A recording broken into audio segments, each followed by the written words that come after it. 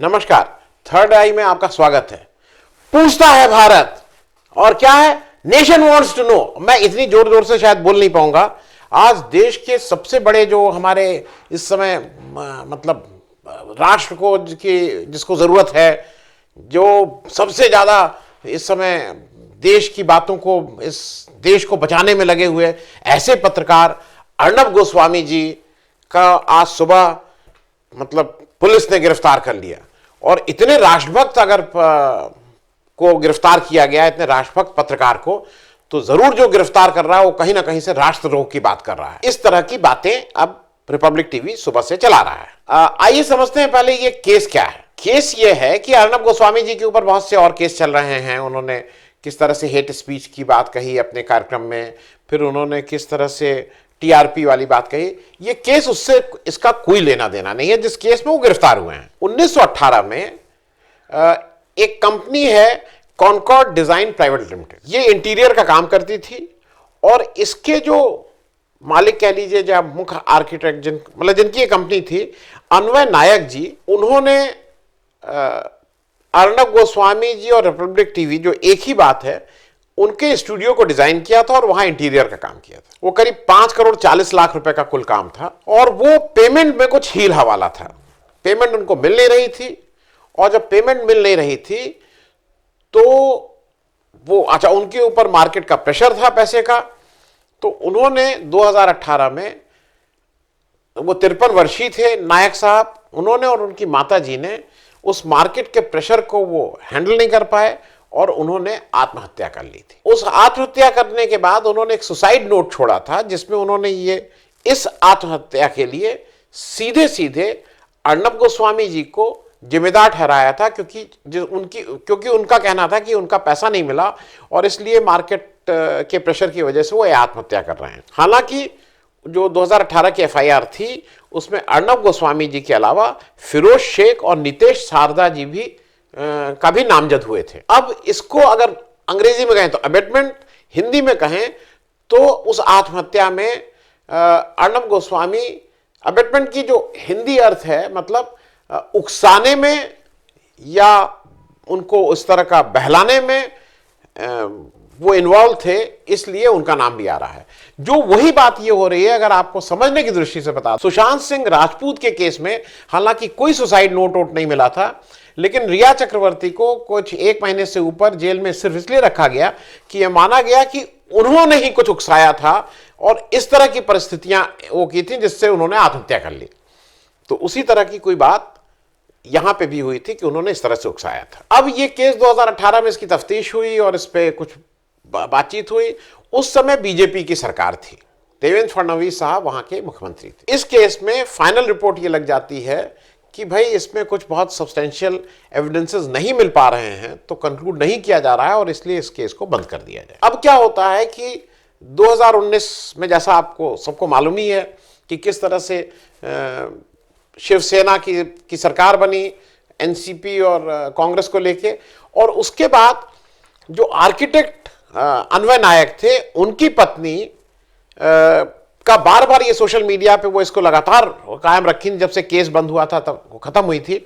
उनका कहना था कि ये कॉन्स्पिरेसी है और इसमें जांच होनी चाहिए, इसमें अगर डिटेल जांच होगी तो मतलब उनके हिसाब से दूध का दूध और पानी का पानी हो जाएगा।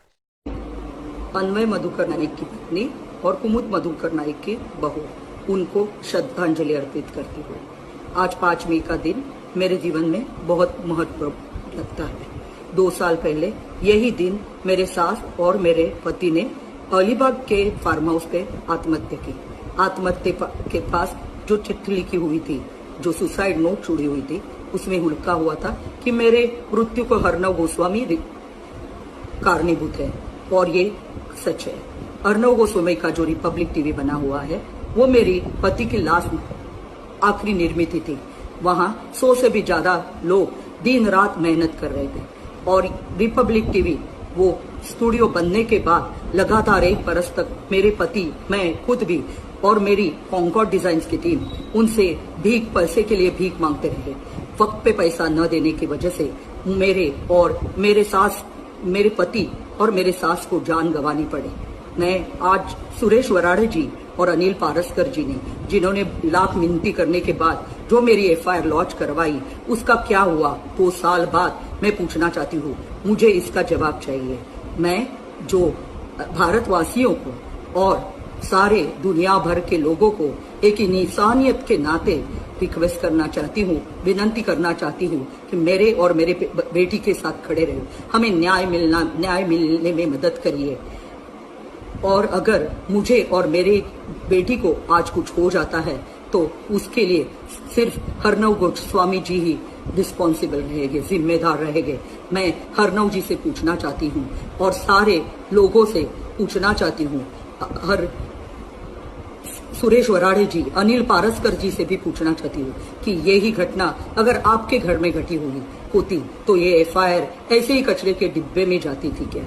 मैं माननीय मंत्री महोदय और प्राइम मिनिस्टर जी से और मुख्यमंत्री जी से प्रार्थना करती हूँ कि मुझे मेरे केस में न्याय दिलवाइए, हमारे साथ खड़े रहिए। क्योंकि उन्होंने, उनकी पत्नी का आरोप है कि जो सुसाइड नोट है उसमें अपने नायक ने बहुत क्लियरली अर्नब गोस्वामी को दोषी ठहराया है। इस सब को लेके जब वो महाराष्ट्र के गृह मंत्री अनिल देशमुख से मिली तो उन्होंने भी इस जांच को दोबारा करने का निर्णय ले लिया। अब ये जांच दोबारा शुरू हुई और इस बीच मैं एक आपको और जानकारी दे दूं, जो इसमें एक नए किरदार इसलिए क्योंकि आज सुबह जब अर्नब गोस्वामी जी अरेस्ट हुए तो वो 3-4 आरोप वो और उनके घर वाले लगा रहे हैं। एक तो उनका यह है कि सुबह 7:30 बजे उनको पुलिस आ गई गिरफ्तार करने। तो ये सही बात है कि 7:30 बजे उनको अर्नब गोस्वामी जी के घर नहीं जाना चाहिए था। वो 10 से 5 के बीच ऑफिस आवर्स में ही पुलिस को पहले से इत्तला करके जाना चाहिए, क्योंकि इनका कहना था कि वो सुबह से 1 गिलास पानी भी नहीं पिए थे और सुबह वो दवाई भी नहीं खाए थे। तो खैर, ये सारे जितने अभियुक्त लोग होते हैं, जितने लोग पुलिस की गिरफ्तारी में जाते हैं, सबकी कुछ ना कुछ इस तरह की मेडिकल हिस्ट्री हो जाती है और सब लोगों को कुछ ना कुछ बीमारी हो ही जाती है। तो ये कोई बहुत अचंभित करने वाली बात नहीं है। उसमें ये बार बार आ रहा था और उनकी पत्नी बार बार ऑन रिकॉर्ड कह रही हैं कि वहां पे जो उनको पकड़ने आए थे और उस टीम को जो लीड कर रहे थे एपीआई सचिन वाजे, वो नाम ले रही हैं कि वो जो इनकाउंटर स्पेशलिस्ट सचिन वाजे वो आए हैं और ये भी आरोप लगा रहे हैं वो और उनके घर वाले कि उन्होंने अर्नब गोस्वामी को मैन हैंडल किया। उन्होंने कहा जब कैमरा ऑन नहीं था उससे पहले उन्होंने उनको 1-2 थप्पड़ भी लगाए थे और उनके बाल पकड़ के। अच्छा, अर्नब गोस्वामी जी के बाल तो बड़े हैं ही, तो ये भी लगता है कि अगर कोई बाल पकड़ना चाहे तो पकड़ लेगा। जैसे मेरे बाल कोई पकड़ना चाहे अगर पीटने के लिए मुझे, तो मेरे बाल नहीं पकड़ पाएगा, मेरे पास बाल ही नहीं है और हैं तो इतने छोटे हैं कि हाथ में नहीं आएंगे। लेकिन अर्नब गोस्वामी जी क्योंकि सुंदर हैं, अच्छी स्टाइल रखते हैं, उनके बाल सुंदर हैं, तो शायद ये आरोप भी अगर उनकी पत्नी घर में लगा रहे हैं कि उनका बाल पकड़ के थप्पड़ लगाए, तो हाँ, उनके बाल उनके हाथ में आ जाएंगे। ये आरोप अगर ये सही है तो वो बाल उनके पकड़े जा सकते हैं। फिर उन्होंने कहा कि उनके mother in law, father in law, उनके जो माँ बाप थे, उन लोगों के साथ भी वो हुई, धक्का मुक्की हुई। लेकिन जितने वीडियो सामने आ रहे हैं उसमें साफ साफ ये दिखाई दे रहा है कि जब अर्नब गोस्वामी जी को भी उठा के ले जाना चाह रहे हैं तो वो, जैसे पुलिस आती है और अगर इनको ले जाए तो इज्जत से आदमी जाता है ना, वो अपना जैसे आंदोलन नहीं करते हैं जो जनरली धरना प्रदर्शन करते हैं, जो सड़क पे जिस तरह से नेता लोगों को उठा के ले जाया जाता है, वो उस तरह से उठा के ले गई है। घर के अंदर से जब इनके आ गए थे तो ये इतने डेस्परेट हो गए थे, इनको इज्जत से जाना चाहिए था। लेकिन शायद थोड़ा ड्रामा और ड्रामेटिक हो जाने से वो जो टीवी की रेटिंग जिसको समझ में आती है वो ज़्यादा ड्रामेटिक होता है और वो शायद ज़्यादा चलेगा, मुझे ऐसा लगता है।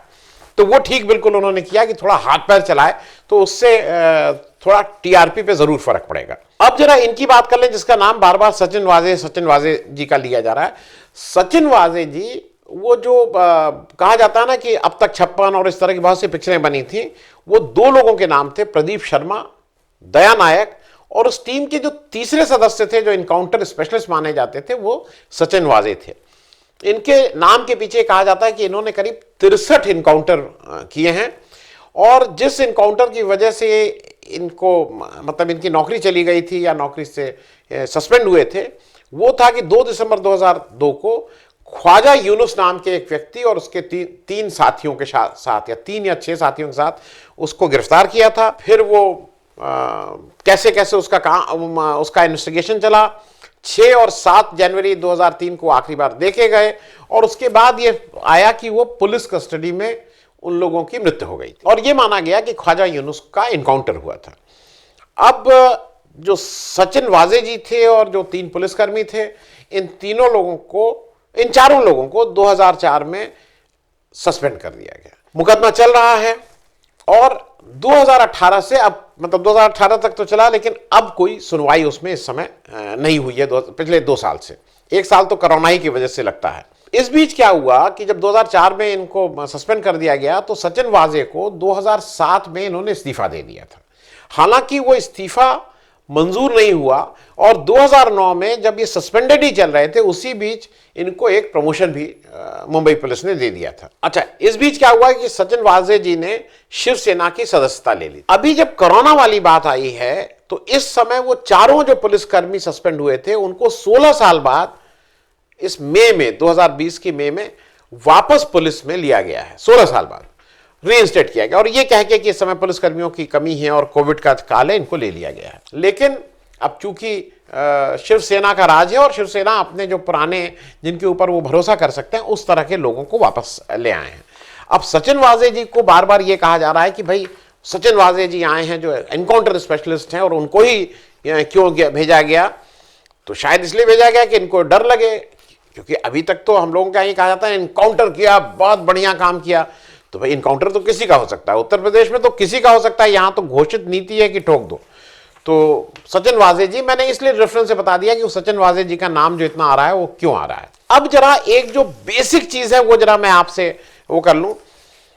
इसके बाद बाढ़ आ गई है भाजपा की तरफ से, उनके सारे जो टॉप लीडरशिप हैं, मैं कुछ लोगों का जल्दी से कर लूं, उनके जो राष्ट्रीय पत्रकार हैं, जो राष्ट्रीय प्रवक्ता हैं, माफ कीजिएगा, वो प्रेस कॉन्फ्रेंस कर रहे हैं कि अर्णब गोस्वामी के ऊपर प्रेस के ऊपर हमला है।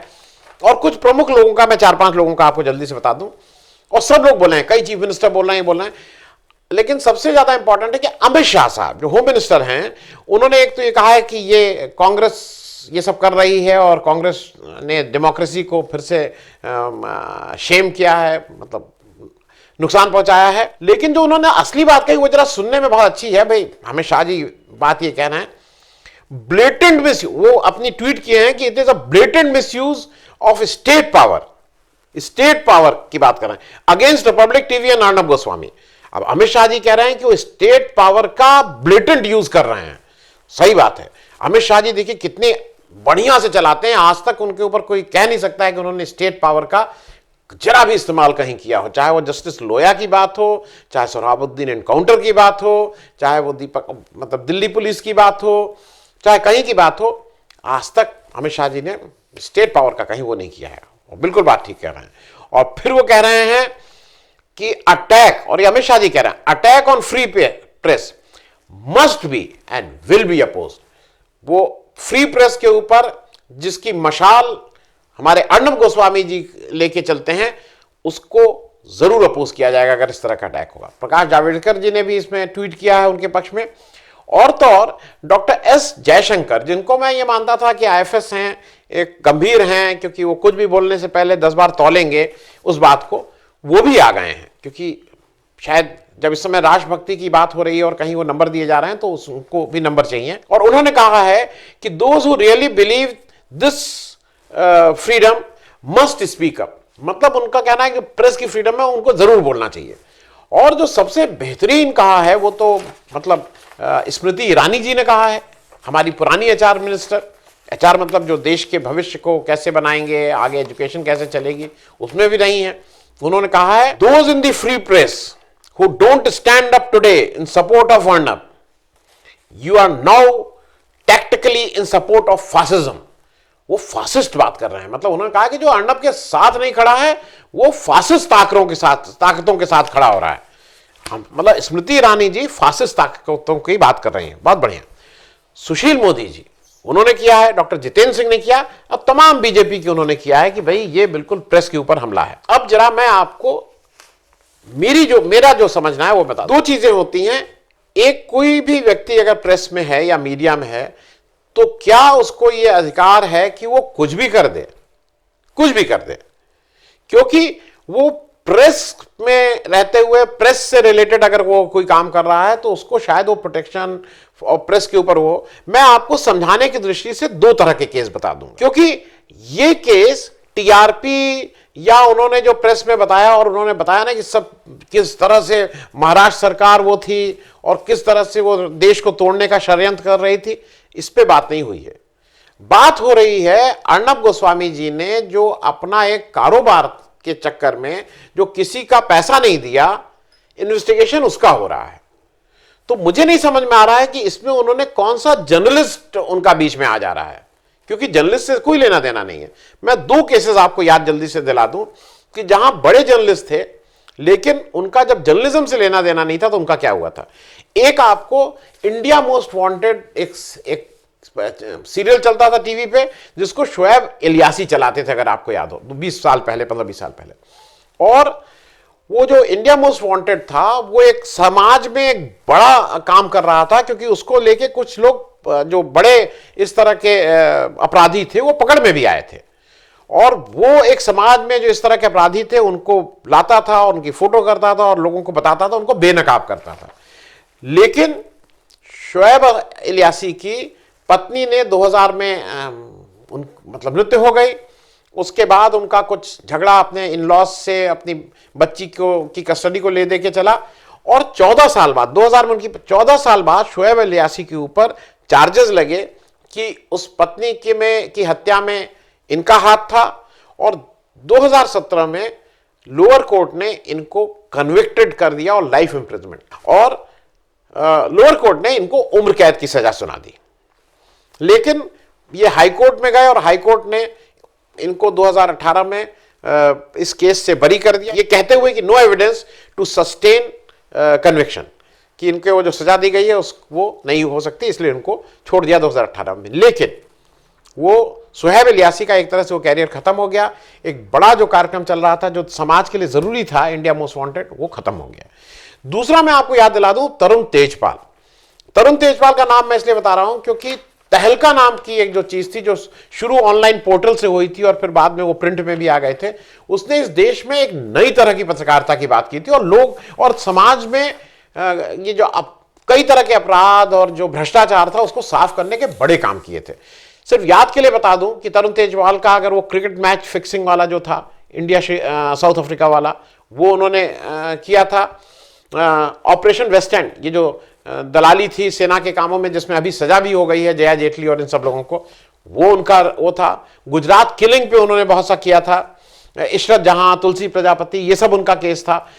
2G स्कैम पे किया था, और एक खोजी पत्रकारिता या स्टिंग ऑपरेशंस करके वो करते थे। लेकिन 2013 में एक गोवा में एक अपनी कलीग के यंग लड़की के सेक्सुअल अब्यूज केस में उनके ऊपर वो FIR हुई, वो जेल गए, और फिर वो तब से इस समय शायद 2014 में कभी उनकी बेल हुई थी काफी दिनों बाद, और तब से वो बेल पे हैं, केस अभी चल रहा है। और एक तरह से जो इस तरह के अपराध के अगेंस्ट जो एक चैनल था जो तहलका की बात होते थे, तहलका आज की तारीख में जिसने एक तरह से सोशल मीडिया या पोर्टल का जन्म किया था, आज तहलका कहीं नहीं है, खत्म हो गया। तो ये उन लोगों के पत्रकारिता के काम नहीं थे और जिसकी वजह से उनको इसकी सजा मिली, और इसकी के कारण शायद मीडिया के लोग उसके पीछे नहीं खड़े। कौन खड़ा था, कोई राजनेता खड़ा था या नहीं खड़ा था, मुझे नहीं याद है। लेकिन हाल के दिनों में जो अभी ये सारे लोग कह रहे हैं ना कि मीडिया के ऊपर हल्ला, देश के ऊपर हमला और फासिज्म हो जाएगा और स्टेट पावर का अब्यूज, तो याद दिला दूं स्टेट पावर के अब्यूज की बात, अमित शाह साहब या ये जितने जो सीनियर नेता हैं बीजेपी। 3 केस जल्दी से बताऊंगा। पहला, विनोद वर्मा नाम का एक, अगर आपको याद हो केस, बीबीसी के करस्पॉन्डेंट थे, छत्तीसगढ़ में भाजपा के मंत्री के सेक्स CD वाला केस हुआ था। छत्तीसगढ़ की पुलिस गाजियाबाद गई थी, वहां से उसका कहना था कि 500 से 1000 वो CD उनके घर से रिकवर हुई थी, और उनको कार से, ट्रेन से नहीं लेके छत्तीसगढ़ रायपुर आई थी, और फिर उनको जेल में डाला गया था। 2 महीने तक उनके ऊपर चार्जशीट में कुछ नहीं मिला था, चार्जशीट नहीं फाइल कर पाए थे। वो जैसा कानून है वो 2 महीने बाद छूट गए थे, और बाद में जब अभी कांग्रेस की सरकार आई, भूपेश बघेल जी हुए चीफ मिनिस्टर, तो वो उनके मीडिया सलाहकार के रूप में आए। याद है ना।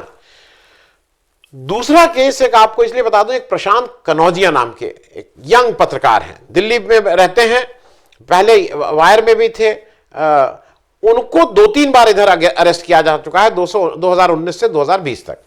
और एक बार अगर आपको याद हो, उन्होंने उत्तर प्रदेश के मुख्यमंत्री के अगेंस्ट क्या मतलब उनके करते हुए कोई एक सोशल मीडिया पे किसी महिला से बात कर लिया था। यूपी पुलिस ने उनको उनके घर से उठा लिया था और उसके बाद अगर आपको याद हो, सुप्रीम कोर्ट से उनकी जमानत हुई थी। और सुप्रीम कोर्ट ने जब ये उनकी जमानत दी थी तो उन्होंने कहा था कि उनका arrest was illegal and went against the personal liberty. उन्होंने काफी सख्त इस पर टिप्पणी की थी, याद आ गए। उस समय ये सारे जो इस समय मशाल लिए हुए हैं कि प्रेस के ऊपर हमला है, वो लोग कहां थे? क्योंकि ये प्रेस की वजह से ये लोग जेल गए थे। इन लोगों ने कोई हेराफेरी नहीं की थी कि कहीं से ये पैसा लिए और उसका पैसा नहीं दे रहे थे दादागिरी करके, ये इस तरह का नहीं था। तीसरा केस मैं जल्दी से आपको बता दूं, अभी हाल के तुरंत का है, केरल के वो सिद्दीकी कप्पन, केरल का एक पत्रकार जो हाथरस जा रहा होता है, उसको मथुरा में गिरफ्तार किया जाता है और उसके ऊपर उत्तर प्रदेश पुलिस सेडिशन का केस, राष्ट्रद्रोह का मुकदमा कर देती है, क्योंकि राष्ट्रद्रोह के मुकदमे में फिर कोई सुनवाई नहीं है। और जब केरल जाते हैं वहां और उसकी पत्नी आके राहुल गांधी से मिलती है, तो यह भी कहा जाता है कि राहुल गांधी भी उन राष्ट्रद्रोहियों को शह दे रहे हैं, और इस तरह की एक बात बनाई गई थी। मैं ये सारी बातें इसलिए कह रहा हूं कि ये समझने की जरूरत है, ये पत्रकारिता पे हमला हुआ है कि अगर कोई पत्रकार लेन देन करता है और उसके लेन देन में अगर कोई आदमी आत्महत्या कर ले रहा है, आपकी पत्रकारिता की वजह से नहीं कर रहा है, आपने किसी का पैसा मार दिया, जैसा वो सुसाइड नोट में आरोप लगा रहा है, और फिर वो आत्महत्या कर रहा है, तो इससे पत्रकारिता का क्या लेना देना? मतलब अगर कोई पत्रकार हो गया तो उसको खुली छूट मिल जाएगी। ये मुझे और आपको ये भी देखना है, और अंत में India wants to know, the nation wants to know कि ये पत्रकारिता की वजह से अर्णब गोस्वामी जी जेल गए हैं या किसी व्यक्ति जिसका पैसा इन्होंने नहीं दिया था और उसकी वजह से उसकी जान गई, इस वजह से जेल गए हैं। धन्यवाद। अगर आपको दी पब्लिक के कार्यक्रम पसंद आते हैं तो इन्हें लाइक करें। अगर आप इस वीडियो को YouTube पर देख रहे हैं तो चैनल को सब्सक्राइब करें, और अगर आप इसे Facebook पर देख रहे हैं तो दी पब्लिक के पेज को लाइक करें। अगर आप चाहते हैं कि हम निष्पक्ष पत्रकारिता को जारी रखते हुए आपसे जुड़े मुद्दों पर सवाल उठाते रहें तो हमें सहयोग करें। आपका छोटा से छोटा सहयोग भी इस मुहिम को जारी रखने में हमें ताकत देगा। डोनेट करने के लिए डिटेल्स जो हैं वो डिस्क्रिप्शन बॉक्स में दी गई हैं। धन्यवाद।